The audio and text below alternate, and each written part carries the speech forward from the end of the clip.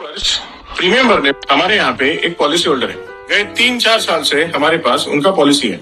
उनका प्रीमियम जो है वो 1 दिसंबर को आता है और वो नियमित अपना प्रीमियम भरते हैं। पिछले वर्ष प्रीमियम भरने में उनसे डिले हो गया। 1 तारीख का ड्यू है, 30 दिन का ग्रेस पीरियड है।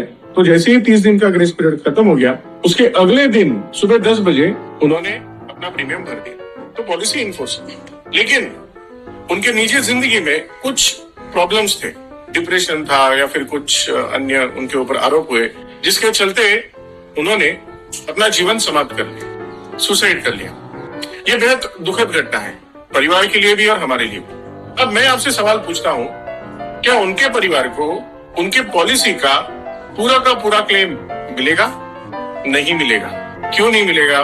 क्योंकि ग्रेस पीरियड खत्म होने तक अगर आप प्रीमियम नहीं भरते हो तो पॉलिसी लैप्स हो जाता है। ग्रेस पीरियड खत्म होने के बाद अगर आप प्रीमियम भरते हो तो पॉलिसी रिवाइव होती है और रिवाइव हुई पॉलिसी में न्यू पॉलिसीज के कंडीशन आ जाते हैं, जिसमें अगर सुसाइड पहले वर्ष होता है तो सिर्फ 80% ऑफ द प्रीमियम पीछे दिया जाता है।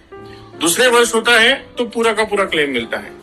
3 साल पूरा प्रीमियम भरने के बाद सिर्फ 1 दिन का डिले करने की वजह से उनका पॉलिसी रिवाइव स्टेट में चला गया, जिसके वजह से उनका पूरा का पूरा पॉलिसी अभी न्यू पॉलिसी के स्टेटस में आ गया और उनके परिवार को मात्र 80% of the total paid premium मिले। और ये पूरे इंश्योरेंस इंडस्ट्री का एक क्लॉज है, क्योंकि आप LIC करते हो तो ये कोई FD या RD या SIP की तरह इन्वेस्टमेंट नहीं है, ये एक लीगल कॉन्ट्रैक्ट है और हम कॉन्ट्रैक्ट बाय लॉज के अंदर मजबूर हैं, चाहते हैं देना लेकिन दे नहीं पाते। इसीलिए आपके साथ एक अच्छा LIC एजेंट होना बहुत बहुत जरूरी है और आपको अच्छी सेवाएं दे। इसलिए कहता हूँ LIC करो, जिम्मेदार बनो। हमारे यहाँ पे एक पॉलिसी होल्डर है, गए 3-4 साल